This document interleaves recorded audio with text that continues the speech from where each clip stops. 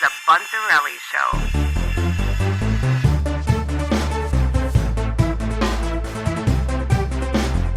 I had battled with myself how I was going to go about this. And I said, do I want to start with the prequels or the original trilogy, the OT? And what I finally decided was, you know what?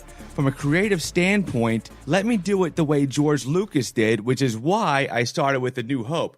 And with everything that's been going on with the prequels and, of course, Rogue One, everything has a whole new meaning to it. I mean, you watch it in passing, and maybe you watch it right after the prequels or right after Episode 3. But after those movies have sat in your brain for a little bit, and you really have a time to let them settle in, and especially with Rogue One just passing, and you seeing the teaser or the full trailer for Jedi coming up, all of a sudden everything just has like a whole different depth to it, even starting with the opening crawl. The Rebels have their first victory with the Galactic Empire, and that, of course, refers to the final battle in Rogue One, and that's where this movie basically picks right off. I'm granted this is the start of it all, but right away, the opening crawl has so much more depth to it and everything. I looked at R2 and C-3PO because those are the opening characters that we're introduced to, and the first thought I had that legitimately popped in my head was like, you know what? I'm kind of glad those droids were kind of kicked to the side in The Force Awakens. And here's a reason. There's a reason. Not I don't love them, but it's like, their story has run its course. I don't want to ruin them. The prequels almost did. Granted, it was Lucas's baby and stuff, but it's like, it's like having BB-8 have that starring role, and everybody loves BB-8, but it's really what it did was it made 3PO and R2 more special. We don't need to see the wacky hijinks of those two anymore. I'm really looking forward to, and I'll tell you straight up, I'll take a poll on this because this thought crossed my mind as I'm watching R2, because as I'm watching A New Hope, you're watching his dynamic with Luke and how much those guys have been with since the beginning. Really, those two droids came into Luke's possession, and that started the whole thing. The first thing I thought of was, and I'm curious to hear how other people think about that. Is like, as much as the whole world's going, hey, we're going to see Luke's green lightsaber, which of course, if you're not as, nerded out and need a little refresher, the blue lightsaber that you find in the hand of Rey is the blue lightsaber that gets chopped off of Luke's hand by Darth Vader. And that lightsaber we don't see again. It was Anakin's lightsaber. Obi-Wan picked it up after that battle on Mustafar. Gave it to Luke, gave him the old, your father wanted you to have this, and we're going to get to that scene and the importance of that. But anyway, so the whole, internet is wondering, we're going to see the green lightsaber again. And I have a thought that popped in my head. I'm curious what fans would rather see and what would be the more, because we're all waiting for the green lightsaber. You know what I don't think we're not expecting, and which would be really cool? I would love to see Luke fly with R2 again. That's how I know R2 and Luke's dynamic. Those scenes with Luke and R2 that they flash to in the burning of the Jedi Temple, like Luke and R2 have a history together. Despite if you go back into the prequels and where you fit R2 in with his parents and all that, but really like that dynamic of Luke and that's the droid he flies with. That's my number two. Like I want to see those two grab a ship and just kind of scoop along in some kind of space battle. I really think I would like that more than the green lightsaber. I don't know. I battle with that. Maybe we could have them both. Maybe one in one movie, one in the other. I don't know. But thought crossed my mind. You go back to that history of R2 and Luke flying together. Really interesting stuff. The possibilities. But anyway, you look back and there's some things, to cross your mind, but we've all had the same thoughts again. But it's like, you look at, Vader's encounter with Leia and you're like, how did he not know that was his daughter? And, you could blow that off with a lot of things. You could blow it off for and I'm doing this on purpose. I forgive a lot of stuff because there's other things where you could look at and like, you start making the stuff make sense in yourself because you want to believe these things and because you love the saga and you kind of put together the stories and make things work for yourself. And what I had made it was because he cut all, ties to Anakin from himself is why he doesn't recognize his daughter and doesn't even, of course, that brush with Luke is because he's so wrapped up in that personal battle with Obi-Wan, that rematch. And like I said, I'm jumping all over the place, but, that's how he's a little blinded by, his son, whether he senses something or the presence of his son. It's not like it's a big looming problem, but these thoughts are coming in my head. Like I said, when you watch A New Hope now, you just have a different meaning to these things and everything just you look at everything differently. And one of the things was Obi-Wan's the biggest thing you look at differently.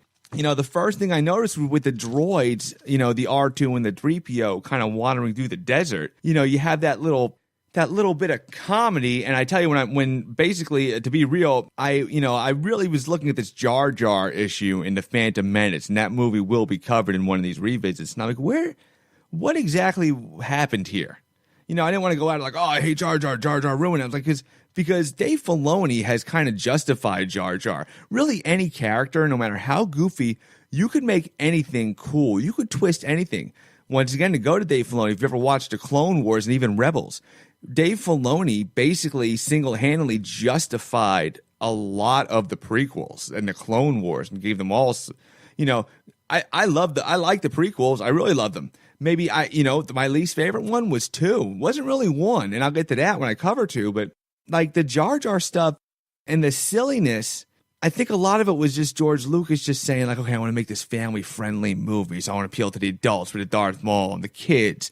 I just got married and I have these, I just have a new kid and I want to just make it this family movie. He's trying to force this rainbow that he did in 1977, but you're trying too hard, and really, The Phantom Menace wasn't the worst one. I like I said, my least favorite when I look at it was Attack of the Clones. And the reason why Attack of the Clones is my least favorite, because it's a long road to go a short way. The prequels have a meaning. The prequels tell a story and set up the whole Republic Empire, and they tell you, you could re-edit that whole thing. What bothers me more than Jar Jar, especially after watching A New Hope again, is the portrayal of C-3PO in Attack of the Clones. He's like, he's getting his head knocked off and also slapstick goofy comedy. Now, in A New Hope, 3PO is portrayed to be neurotic and silly, and he has that banter with R2-D2, but really, it's not that slapstick goofiness. And there's a lot of times in the movie where 3PO is pretty sharp. I think there's like 2 times where stormtroopers like hop up on him, and 3PO is really a quick thinker, like, oh no, they went that way, I don't know, blah, blah, blah. And he just, just plays as cool, and he just, come on, R2, let's go, slowly backs away. I mean, 3PO could read a room. And a lot of that and I'm glad to kind of leave those guys alone a little bit, because we don't, in The Phantom Menace, and this is where I was going with that point was, yeah, it was cool seeing R2 when he made his debut. Really, his debut in Phantom Menace was like the Millennium Falcon's debut in The Force Awakens, where it's like you saw R2 and the whole audience was like, whoa, yeah, R2's here. His original debut, Kevin Smith said, was the best part of the movie. It's true. But take your mind frame a different place. Yes, you put them there. But think about Rogue One, where they just made that little cameo. Why did we need 3PO and R2 to tell the story? I don't think we did.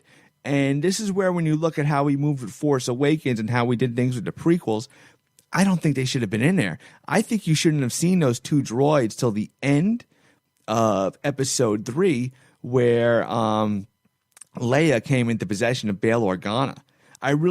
Yes, I love those droids, but I don't think R2 needed to be Anakin's droid. I don't think 3PO needed to be built by Anakin. And I'm not player hating on the prequels. It's just my whole thing is, the way I look at these things is I like to analyze storytelling, and I also analyze where the story's going to go. I look at it 2 points. I look at it from the creativity point of view, and also the actual story and what I'm looking forward to. Oh, a little fact, if you didn't know, like Tony Daniels, the voice of C-3PO, is the only actor and character that's been in every single Star Wars movie, and I think most of the cartoons. Anytime you see 3PO, it's Tony Daniels.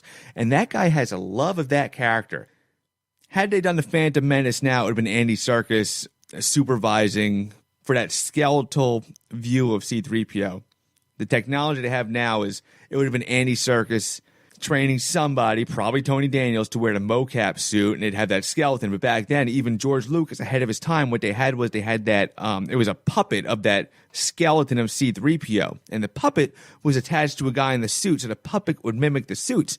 And Tony Daniels, because of his love for that character, he would have got his check for just doing a voice, but he told George Lucas, he goes, hey, putting me in the suit, I got to do it. I got to do the moves. I know how 3PO moves. And he did. So Anthony Daniels is controlling that skeleton 3PO without the shell that we see in Phantom Menace because of his love and care for that character.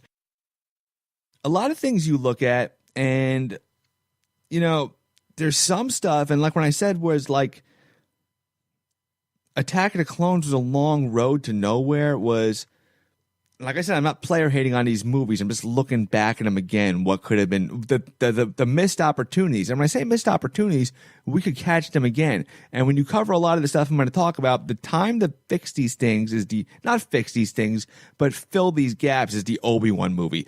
That is a golden opportunity. Because, okay, it's like Owen Lars. You know, a lot of that relationship between Owen Lars and Ben, the whole like stay away from that old wizard, and you know the looks he gives Beru when Luke's saying that he know my father, and that the little subtle, that's the thing I'm afraid of. And you look at it now and it still has that power, but I wish they would have delved a little. You know, it's like Owen and Anakin barely spoke to each other in that movie, and that was a key moment. You had you had that time. There's a lot of filler space in that movie, and I wish we could have explored some kind of dynamic with Owen and Anakin. But a lot in your imagination, what you could attribute to is the mother relationship that Owen had, the stepmother relationship he had with Shmi Skywalker, which is why he's Uncle Owen, because Shmi had married his father, which is a backstory we're told in Attack of the Clones, but it gives you enough to fill in the gaps and piece the things together. But I kind of want to explore, we're going to miss that opportunity. But what I do want to see was I want to embellish on what's going on with, I want to embellish on the Luke and Owen relationship. And hopefully we get this Ewan McGregor Obi-Wan movie. And hopefully we could explore that, because that's what I'm looking forward to. I definitely want to touch up on that Owen stuff. And I talked about this before. I did another solo show where I discussed the Obi-Wan movie and the possibilities, and I'm going to stand by it again after seeing this planet again. The Obi-Wan movie has to take place on Tatooine. First of all, he can't step off that rock and get involved in any Empire stuff, because there's no way. I mean, there is a way he could run into Vader before, because he goes, "You never should have come back, old man," which we all assume is just like come back into the presence of the Empire or the presence of Vader. But I just don't think I don't see them having a little duel where one of them lives and he just runs back at Tatooine and nobody notices. So let's scratch Vader. Vader's not happening. Empire's not happening. So let's Tatooine. What do we got in Tatooine? And you look at this planet again, and really, Tatooine's really the only planet. Because if you really think about a planet, every planet has like their one race or their one thing going on, and it looks like a town. And it's cool. I could buy into it and to buy into the fantasy. And Naboo had the Naboo people and the Gungans, but Tatooine, there's got a lot of stuff. It's got sand people. You've got Jabba. You got the Hutts that are like, they control the Outer Rim territories. There is so much potential on this Tatooine thing. With this Obi-Wan solo movie, you could have a very solid, interesting movie, and Obi-Wan does not need to set foot off that planet. Here's what I catch from Obi-Wan's lines in this movie, and it's when Obi-Wan, the first reaction when he looks up and he goes, first of all, he's checking Luke's pulse, which seems like a small move, but when you realize the importance of it and the greater why it's going down, it has so much more meaning. And the other thing I take a lot of meaning out is when he goes, "Oh, he belongs to an Obi-Wan Kenobi." And Obi-Wan goes, "Obi-Wan? That's a name I haven't heard." But the look of concern on Obi-Wan, and it's not because he's forgotten who he is. It means somebody's looking for Obi-Wan, and nobody on that planet. It's like, what I took from it is Obi-Wan's looking up like, "Oh, this is it. It's going down. It's go time." Because they're looking for me, and they need Obi-Wan, and Yoda and Bail all made that deal. Bail Organa. Yoda had said, "Oh, wait, we will, till the time is right." Bail knows the importance of what Obi-Wan's doing there, and also that you have to grab Obi-Wan when it's go time, because the rebellion's starting and everything. So when Obi-Wan gets from that, it's like, oh, it's go time. But the other thing is Obi-Wan cannot leave Luke on Tatooine, which brings me to a question, and it's a little funny thing to imagine.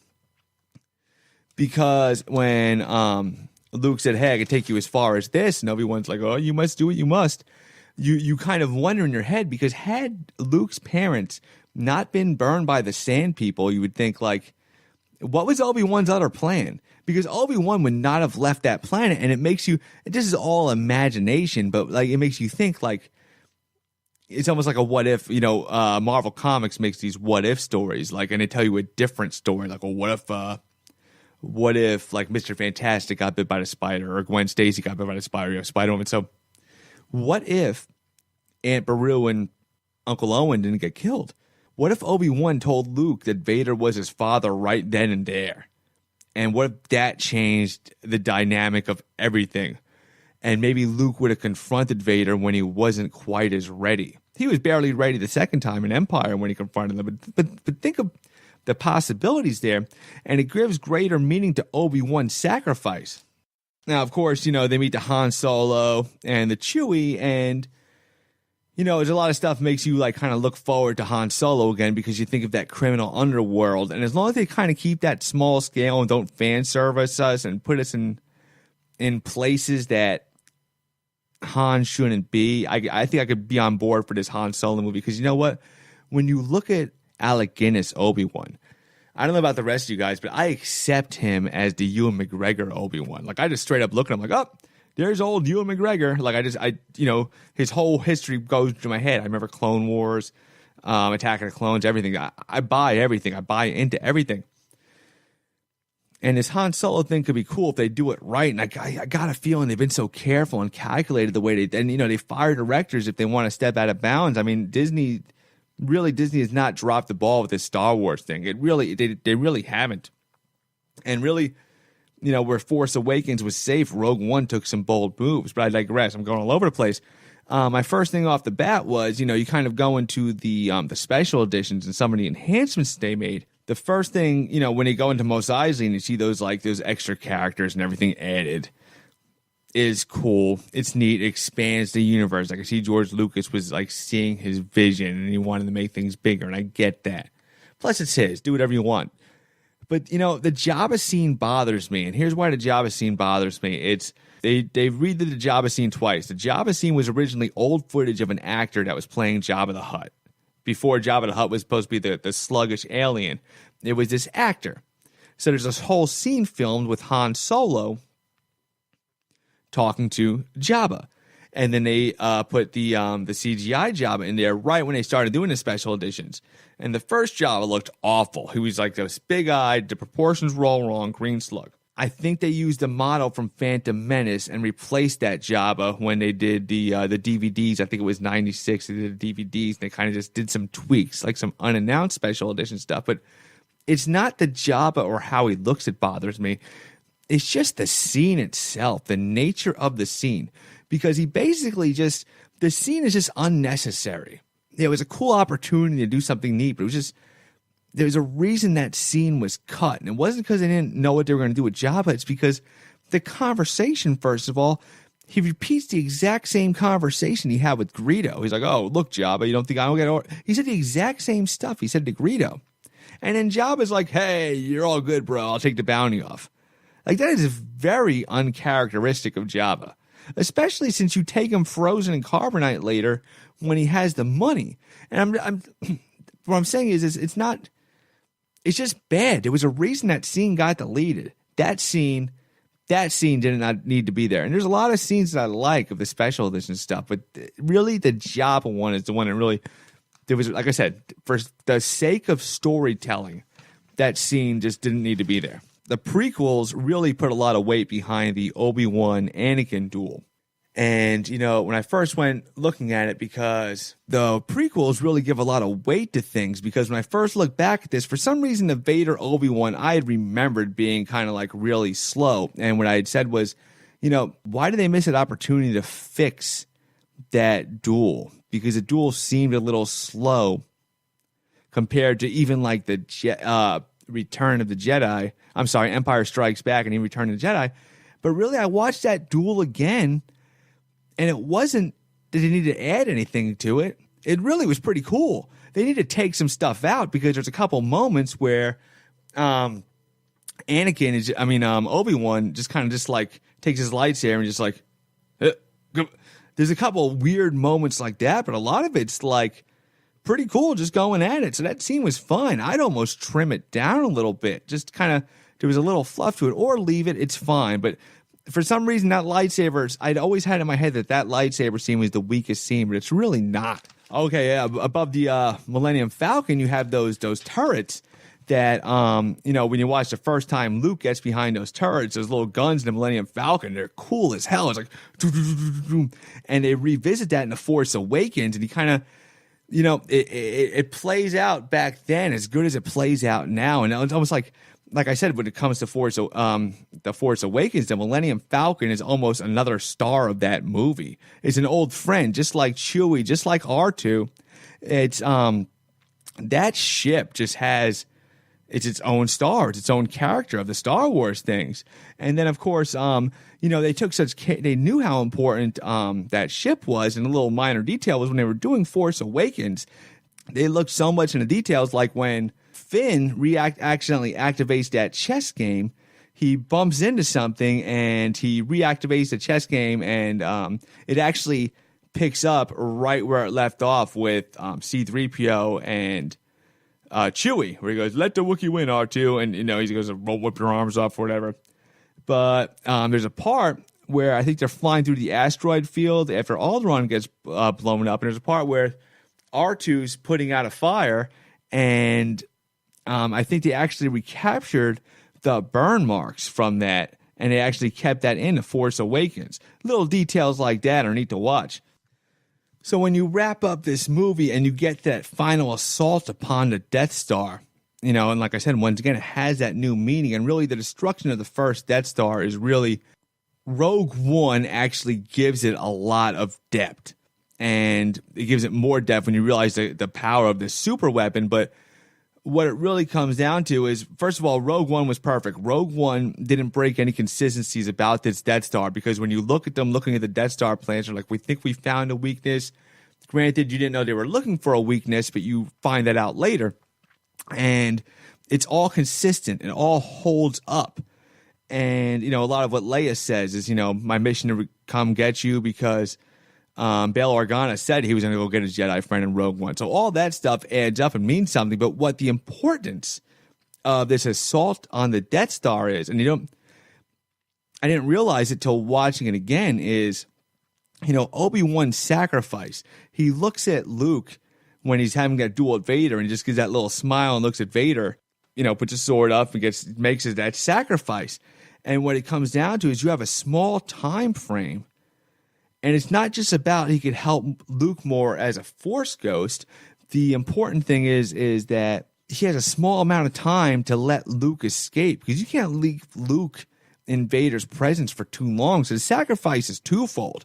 It's about being able to guide Luke, but it's also the importance of letting Luke and Leia escape, especially with the plans, especially because of the super weapon and its importance to everything. There's a lot behind Obi-Wan's sacrifice. And it means more, and you don't have to say that by the, well, I think I could have helped Luke more as a ghost. Like, no, there's a lot to that sacrifice.